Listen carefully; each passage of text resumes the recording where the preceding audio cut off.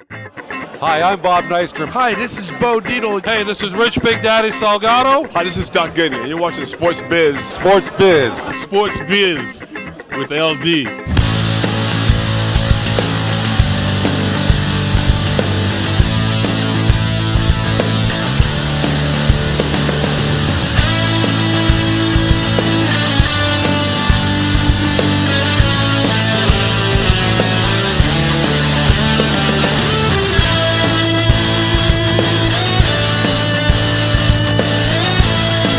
Sports fans, this is Sports Biz with LD. Welcome to Sports Biz with LD. I'm your host, Larry Davis, brought to you by the Rampart Insurance Group. For all your insurance needs, rampartinsurance.com. 388 Restaurant and Lounge, located 388 Willis Avenue in Roslyn, New York. A1 VIP Entertainment for all your ticket and meet and greet needs, VIPentertainment.com. And Easy Pawn, PAWN, 15 locations throughout the New York area. If you need money, you have something that's worth something, Easy Pawn is your place. And thanks to the Daily Blue. Without the Daily Blue in our new studio, I didn't bring that up last week. We've got a new studio here. Nice, bigger, better for the guys outside. So it's all good here at the Daily Blue. I want to get right into it and get my guest who's on the line, Alex Dadoyan, the big wheel of Standard Bread Owners Association, the executive director. Alex, how are you? Hey, Larry, I'm doing pretty good. How are you? I'm doing well. We got something big for you going on this weekend. Why don't you tell us about it? It hasn't happened in years, and I know it's a really big thing in the racing world. Yeah, we got a huge race card, Yonkers Raceway in New York, harness racing, and we got a big race called the International Trot Preview. It's a race, they haven't had this race for like 20 years. They used to run it back at the old Roosevelt Raceway. Maybe some old-time racing fans that tune into your show might remember that racetrack. But when Roosevelt closed, the Yonkers started running the race, and then the race went away. But back in the day, it used to be a really big event. They'd get horses from all over the world, drivers, trainers. They'd come to New York, and they'd race like this big, clash of countries, big trotting race to see who was the best. So this year we're bringing it back. There's a couple of horses in from Sweden. The U.S. Horse of the Year from last year is in the race. A horse that has made $4 million in his career here, so there's just a great field. And then also on the card, there's the Yonkers Trot, which is like the top, the best for 3-year-old horses. This is a huge race card at Yonkers. So what happened? You said it used to go on and then it was gone after Roosevelt Raceway was not in business anymore. What happened and how'd you get it back? Well, Roosevelt, the race started at Roosevelt in 1959 and it was there for about 30 years up until the track closed in 1988. And then the track closed, the race moved over to Yonkers for the next 6 or 7 years till the mid-90s. And then to be honest, times were tough, in the racing industry in the 90s. There was a lot of competition. There wasn't a lot of money. And in these races, they cost a lot of money. You have to put up first money and you have to, make the event out of it and whatever. So they had to eliminate it from the schedule to focus the money towards, the day-to-day type stuff to keep it all going. But in the last several years, the game's taken an upswing, and things are looking better.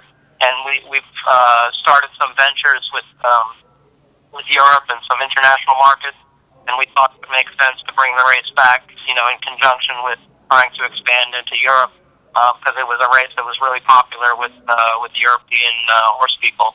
So it kind of made sense to try to bring it back this year. So tell us about that. You're simulcasting it in France on Sunday afternoon, making an international event. How did you hook up with them? And then how does that add to the dollars when you bring in the world, I guess? And when you go international, you're dealing with the whole world.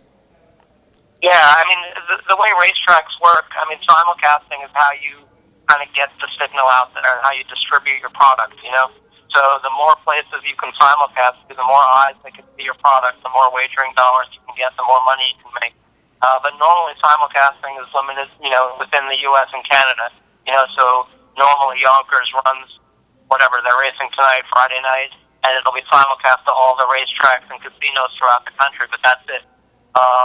And a couple years ago, we started sending the signal to Australia because Australia, they got a huge betting population. They love to bet on things, and so they've been betting a lot on Yonkers. And now, coming up in a couple of weeks, we're going to be sending it into France and into Europe. And we're actually going to be the first track in the United States to be doing so on a regular basis. So it's really big because the French people, they bet a ton of money on horses. They have the second biggest wagering in the world behind Japan. So it's a really great market to get into. We're excited to be the first track to get in there from the U.S. And we're hopeful that they like the American racing product, and it could be it could be fruitful for both sides. Well, you say the American racing product. I mean, no disrespect, but it's horse racing, right? So what would be the difference between horse racing in the United States and horse racing international? Well, of course, the ultimate product is the same. It's horse racing, but it would be similar to a basketball. If you're a basketball fan here, you might not know anything about basketball that's played in Europe. It's different players. Some of the rules are a little different. The arenas, the layouts, stuff are different. But it's the same for racing. The holes, the drivers, and all of the horse people would be different. So the people there that understand the sport, it wouldn't be familiar to them. So they would be completely unknown. And the way the races are run, the track sizes and the dimensions and all the stuff like that, they'd all be different. So it would be, there'd be an adjustment, there'd be a learning curve, and you never know if people would take to it. You see that in other sports. The NFL's trying to expand into London. They're playing tomorrow's the Sunday game in London. And I think it's been popular, but it's important to do that. To go into the new markets. But I think you never know how the locals will react. Until you actually try to do it. So, and what kind of purse money are we talking about this weekend? A few $1 million, right? Yeah, that international trot race goes for $250,000. The Yonkers trot goes for $500,000. We have on the pacing side, we have the Messenger Stakes, which is also going for $500,000, and then there's a couple other stakes races. So all in all, yeah, it's about $2 million in purses on the line Saturday night. So that means that the winner of the race gets that kind of money. That's what the purse means. So if it's a $500,000 purse, the winner gets all the $500,000, as used as an example. The money is distributed to the top 5 finishers in a race. So the winner gets half of the purse, and then the second place horse gets 25%, and then the third place horse gets 12%, and then 8 and 5. So the top 5 horses share in that, but the winner gets half the purse. So whoever wins the Yonkers Trot, who gets 200. Well, it's actually 580,000. Sorry, 500. They get 250,000. The winner of that race. And then and how does it work, just to explain to everybody out there, because I don't know and most people probably don't. So how does everyone else get paid? How do the jockeys get paid? Do they get a percentage of the purse? Yeah, well, they're basically working on commission. The drivers, in harness racing we call them drivers, in thoroughbreds they call them jockeys, but it's the same thing. They work on commission. So if the horse, for example, in harness racing, last year's horse of the year was Be a Magician, and she's in the international trot that goes for $250,000. So if she wins the race, the $125,000, 50% of that purse would go to the horse, and the driver gets 5%, whatever the horse wins. So if the horse wins $125,000, the driver gets 5%, which would be $6,250. I should have picked an easier number to do the math on. But that's how it is. The driver gets 5%, and then the winning trainer also gets 5% commission on whatever the horse wins. And then the trainer also charges the owner, a daily fee for taking care of the horse and feeding the horse and stabling the horse and whatnot. But in general, people make money when the horses make money. And if the horses don't make money, people don't make money. Well, that's like in every business. It doesn't really matter what business you're in. As long as the owner makes money, everyone's going to make money. One last question for you, Alex. How does everybody bet on the race? Could you go anywhere? Is it only OTB? Can you go online? Can you go to casinos? How does that work? Yeah, it used to be, back in the day, horse racing was you had to go to the racetrack to make a bet. And then slowly they expanded to concept of simulcasting, where you could bet, at different racetracks to bet on other racetracks. So they would have the race at Yonkers, and you can go to the Meadowlands in New Jersey and bet the race from Yonkers. And then, as technology evolved, you're now able to bet online, through the internet, which is legal. In the United States, there's a bunch of internet websites that take bets on horse racing. Yonkers has their own website. It's called EmpireCityBets.com. That's the name of the casino there, Empire City Casino. So it's EmpireCityBets.com. And basically, it's just like, people open an account. They usually have bonuses, like you get, you deposit X, you get an X bonus or whatever. And then you bet on horse racing from all throughout the country, day, night, whatever you want. You can watch the video on your computer. I mean, to be honest, that's probably the most, that's where it's all trending towards, because people, it's about the convenience, and it's about, people like to do it on their phone. You can watch races on your phone. You can bet on your phone, on your iPad, from your house. Because it's harder and harder these days to get people to come out to an event, they'll come out for a big event. A bunch of people will come out this Saturday. But on a day-to-day, on a random Tuesday night or something, it's easier to bring it to them, more conveniently. And with Atlantic City pretty much going to be shutting down, does that hurt you? I mean, were people able to go to the casinos in Atlantic City and bet on the horses? I don't think the Atlantic City situation really affects the Yonkers in New York.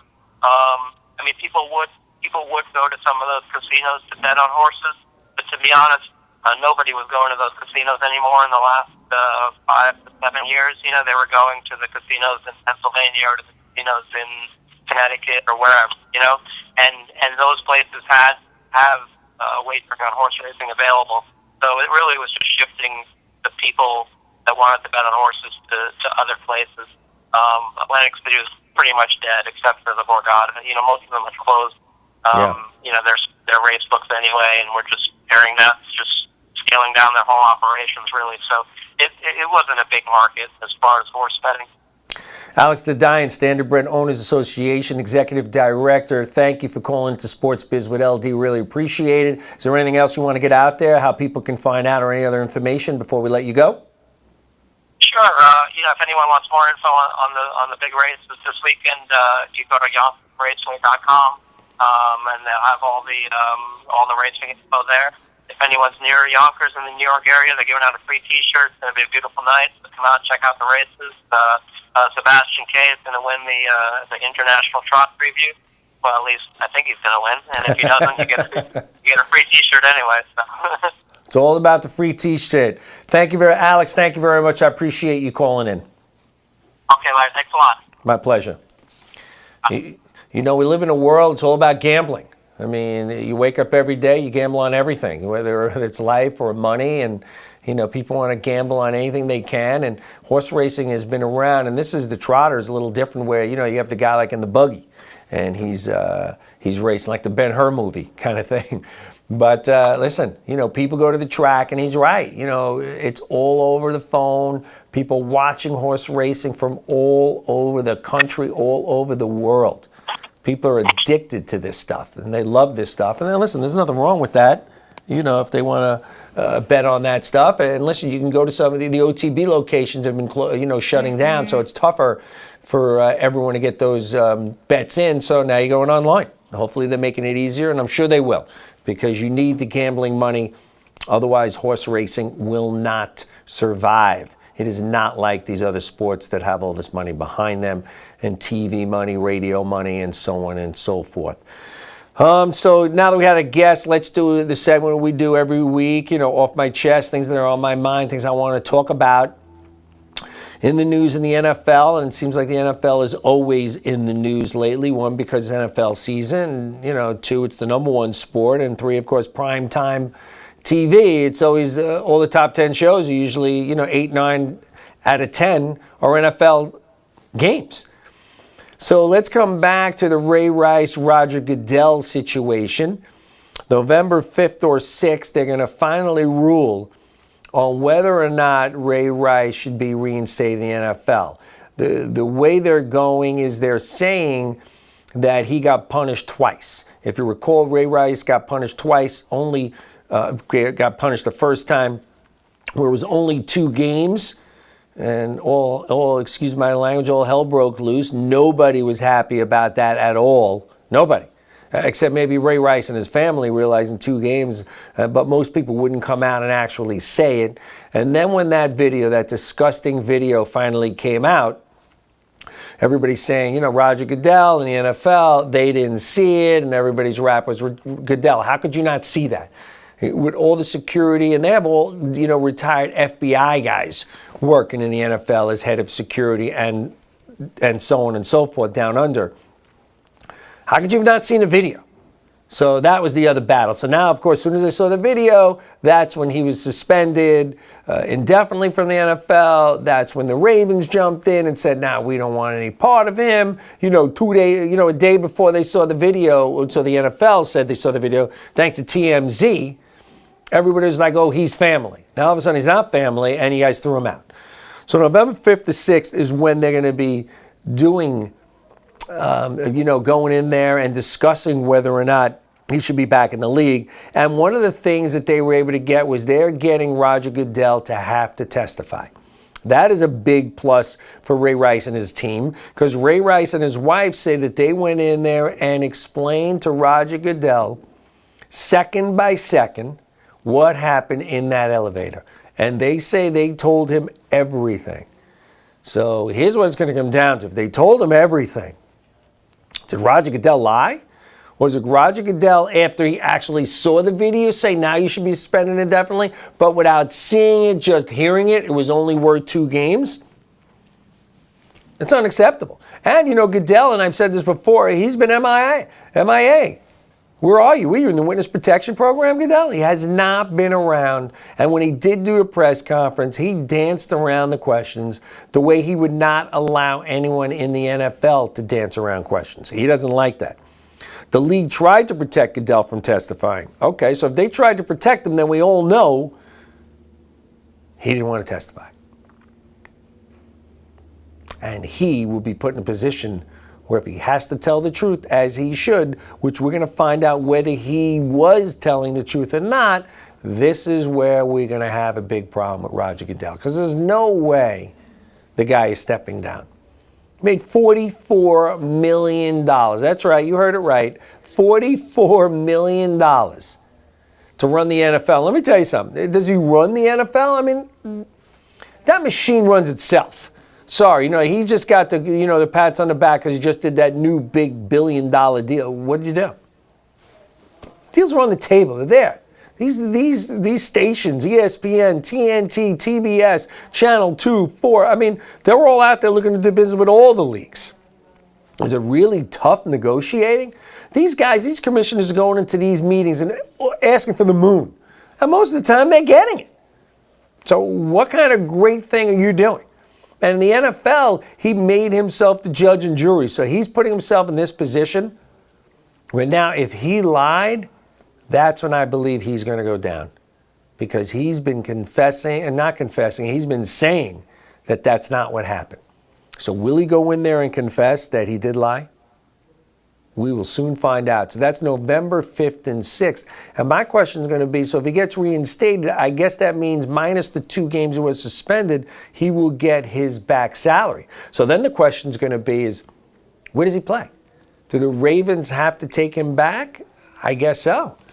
This is stuff we're going to look into and get some information and have it more for the next show, and then bring some people on who can answer the question, because all these questions need to be answered.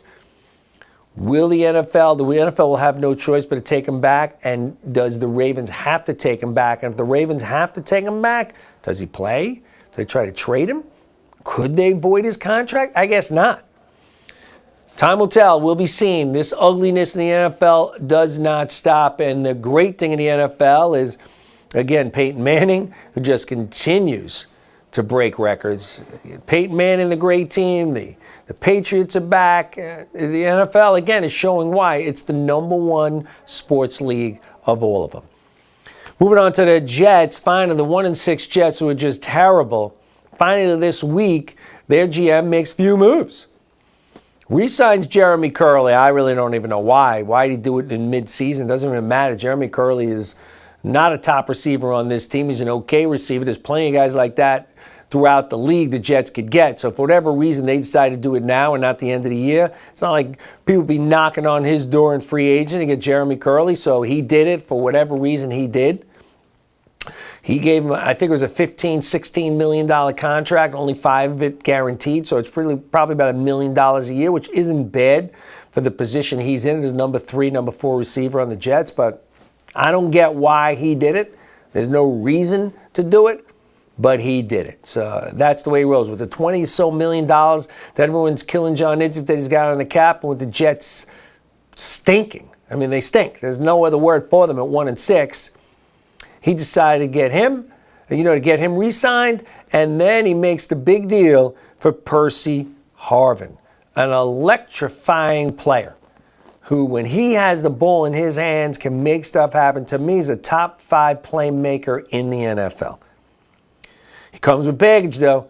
There's a New York Post article that claims Harvin was leading a group of Seahawks of his last team against Russell Wilson, quote unquote, saying he's not black enough. I mean, what does that mean? And again, you get these quotes and they're anonymous. I know they're in the paper, and I know those guys, the writers and guys, I guess, like me, try to do as much homework as they can not to say things that aren't legit. So I'm taking this right out of the New York Post. But if he said stuff like that, oh my God, what does that mean? He's not black enough. I mean, Russell Wilson, all he did was come in the league and win. And then win the Super Bowl, beating the great Peyton Manning and Denver Broncos last year right here in Giant Stadium. Like, it's always going to be Giant Stadium to me. It's never going to be MetLife Stadium. So, sorry. So someone's out there going, oh, it's really MetLife. No, it's Giant Stadium. It'll always be Giant Stadium. But him to go against Russell Wilson, yeah. And then they had a story last year that he had a fight a week before the Super Bowl. I think it was with Golden Tate, another wide receiver who's not on the team anymore. They had like a fist fight, like fisticuffs. I think it was the day before the Super Bowl. So all these things are coming out that Seattle was ready to get rid of him anyhow.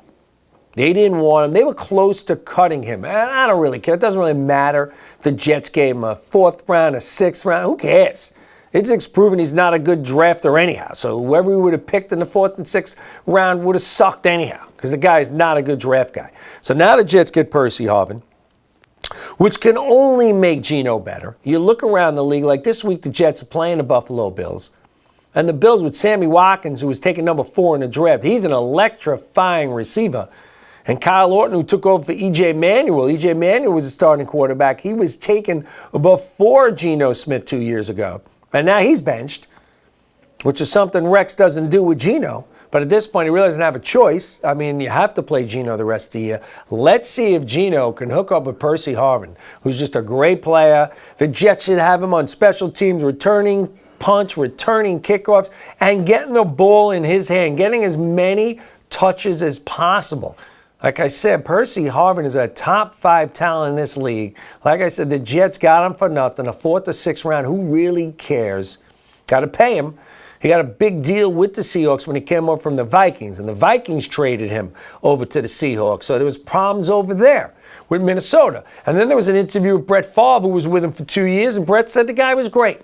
So, they're all egos in sports, and these head coaches aren't just X and O guys. They manage people.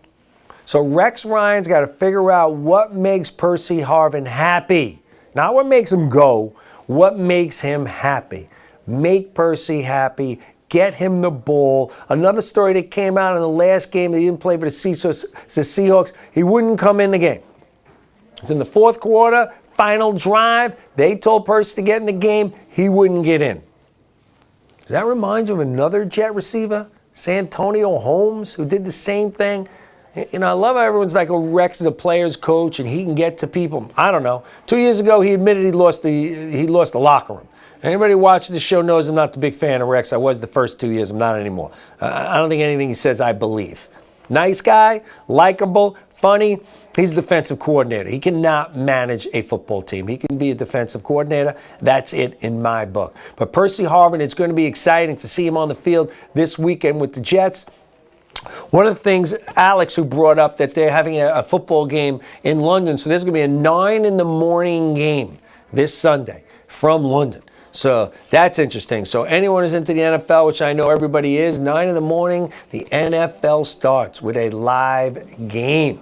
How do you like that? So this Sunday, we got Percy Harvin and the Jets playing at home against the Buffalo Bills. Bills are a good team. Jets catching them at the right time. Both their running backs, C.J. Spiller, and the other starting running back, who I'm sorry right now, I forgot his name, he is out as well. So their 2 starting running backs are both out for the Bills. So it makes it a little easier for the Jets. Again, another great Sunday NFL weekend. I'd like to thank Alex Dadoyan, the Executive Director of the Standardbred Owners Association, for calling into the show. Amazing how quickly it goes. I'd like to thank our sponsors, Rampart Insurance Group, for all your insurance needs, and RampartInsuranceGroup.com. Easy Pawn, P-A-W-N, located in the city. 15 locations. Anything you need, you got it. They like it. They'll buy it. Cash on the spot. 388 Restaurant and Lounge, located at 388 Willis Avenue in Roslyn, New York. And A1 VIP Entertainment. I'm Larry Davis, Sports Biz with LD.